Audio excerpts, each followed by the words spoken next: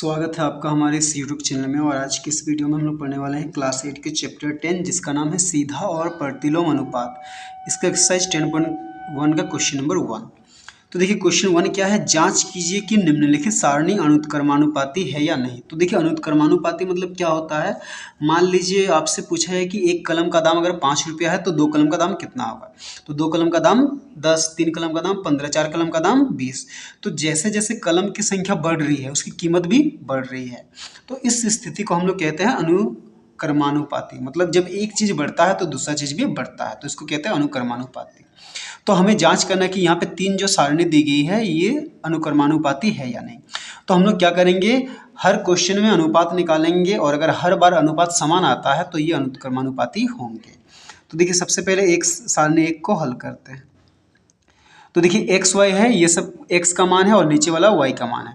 तो हम लोग हर बार क्या करेंगे, ये बॉक्स देखिए यहाँ पे एक्स का मान वाई का मान, यहाँ पे एक्स का मान वाई का मान। तो हर बार हम लोग एक्स और वाई का अनुपात निकालेंगे, अगर वो बराबर आता है तो ये सारणी क्या है, अनुत्क्रमानुपाती है। तो देखिए हम लोग क्या करते हैं, एक्स बटा वाई। तो एक्स बटा वाई पहले हम लोग क्या मान लेते हैं, एक्स का 2 मान लेते हैं और वाई का 6।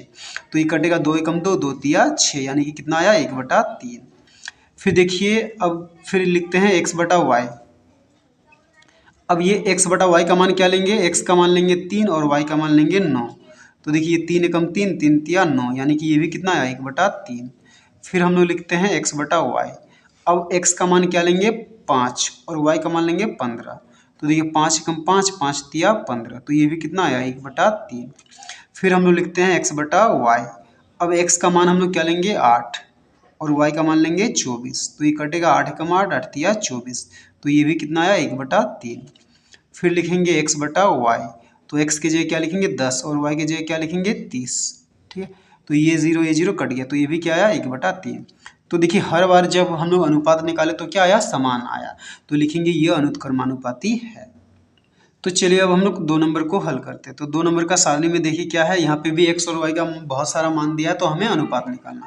तो सबसे पहले हम लिखते हैं x बटा वाई। तो x का मान क्या लेंगे 4 और y का मान क्या लेंगे 8। तो 4 एकम 4, 4 दूनी 8, तो ये कितना आया 1/2। फिर लिखते हैं x बटा वाई। अब x का मान क्या लेना है, x का मान लेना है 7 और y का मान लेना है 14। तो देखिए 7 एकम 7, 7 दूनी 14, तो ये भी कितना है 1/2। फिर लिखेंगे x बटा वाई। अब x का मान क्या लेना है 18 और y का मान क्या लेना है 16। तो देखिए दोनों क्या है, 2 से कटेगा, 2 नम 18 और 2 अट्ठे 16। अब ये दोनों किसी से नहीं कटेगा, तो ये कितना आया 9/8। फिर हम लोग लिखते हैं x बटा वाई। अब x का मान कितना लेना है 10 और y का मान कितना लेना है 20। तो ये 0 कट गया, तो 1/2। फिर हम लोग क्या लिखेंगे x बटा वाई। अब x की जगह क्या है 11 और y की जगह 22। तो देखिए 11 कम 11, 11 दूनी 22, तो ये 1/2। ठीक है, तो देखिए यहाँ पे क्या है, हर जगह 1/2 ही आया। ठीक है, लेकिन क्या है यहाँ पे जो है वो 9/8 आ गया। तो ये 9/8 आया, मतलब सब बराबर नहीं है, तो लिखेंगे ये अनुत्क्रमानुपाती नहीं है। ठीक है, तो ये हो गया हमारा आंसर। तो चलिए अब हम लोग क्वेश्चन नंबर 3 बनाते हैं। तो 3 में भी क्या है, x और y का अनुपात निकालना है। तो सबसे पहले x का मान क्या लेंगे 1 और y का मान 5। तो देखिए कटेगा नहीं, तो ये 1/5 ही रहेगा। फिर लिखते हैं x बटा वाई। x की जगह 3 लिखना है और y की जगह 15। तो 3 एकम 3, 3 बचे 15, तो ये कितना है 1/5। फिर लिखते हैं x बटा वाई। तो अब x का मान क्या लेंगे 5 और y का मान 20। देखिए 5 एकम 5, 5 चौके 20, तो ये कितना आया 1/4। फिर लिखते हैं x बटा वाई। x की जगह क्या लिखना है 6 और y की जगह 36। तो 6 कम 6, 6 6 36, तो देखिए 1/6। तो देखिए यहाँ पे ये दो अनुपात समान है पर ये समान नहीं है, तो लिखेंगे यह अनुक्रमानुपाती नहीं है। ठीक है, तो ये हो गया हमारा आंसर। तो चलिए अब हम लोग क्वेश्चन नंबर 2 बनाते हैं। तो 2 देखिए क्या है, यदि x तथा y अनुक्रमानुपाती है तो निम्न सारणी द्वारा x1, x2 तथा y1 का मान ज्ञात कीजिए। तो देखिए एक सारणी दिया गया है, इसमें x1, x2 और y1 का मान निकालना है और क्वेश्चन ये कह रहा है कि x तथा y क्या है, अनुक्रमानुपाती है। तो देखिए ये सब में हमने देखा कि जब x और y अनुक्रमानुपाती होता है तो उनका जो अनुपात है तो वो क्या होता है, बराबर होता है। तो हम लोग लिखेंगे चूंकि x तथा y अनुक्रमानुपाती है। ठीक है, चूंकि x तथा y अनुक्रमानुपाती है तो इसीलिए हम लोग क्या लिखेंगे, कोई भी दो अनुपात को हम लोग बराबर दिखा सकते हैं।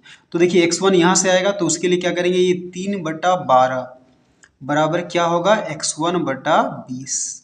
ठीक है, अब यहाँ पे क्रॉस मल्टीप्लाई करेंगे, 12 को x1 से गुना करेंगे तो 12 गुना x1, फिर बराबर 3 को 20 से गुना करेंगे तो 3 गुना 20।